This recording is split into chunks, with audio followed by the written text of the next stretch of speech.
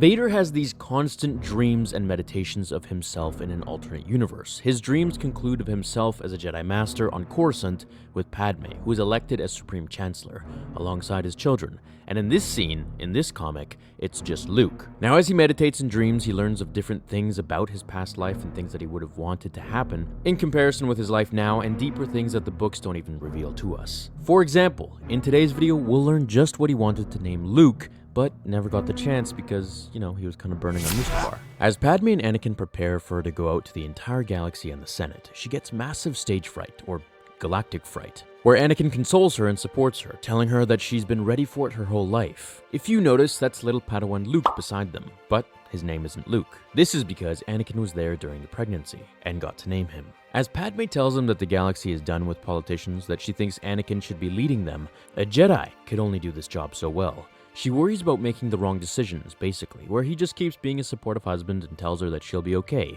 and that he believes in her. Luke says, "We believe in you, Mother," as she goes to the stand. This is where Anakin finally says, "Now go. Jin and I are right behind you." Now, as she walks to the podium, Luke, or rather Jin, says, "You do realize that if she brings peace to the entire galaxy, she'll make the Jedi Order obsolete." This is where Anakin says, "We can only hope." So you can still see that Vader, no matter whether he's Anakin in his dream or not, still hates the Jedi. And this is probably something that would have happened in real life too, of course, on Coruscant in Star Wars. Regardless if Anakin became a master or not eventually, he always despised the Jedi and their indulgence in politics. This is a pretty big thing to miss. As she is publicly announced as the Supreme Chancellor, they're all standing there and she says, "I couldn't have done any of this without you." Where they kiss and Vader finally wakes up in agonizing pain, almost crying. I'm sure he probably would be if he still had tear ducts. This is a pretty big thing to miss. Jin?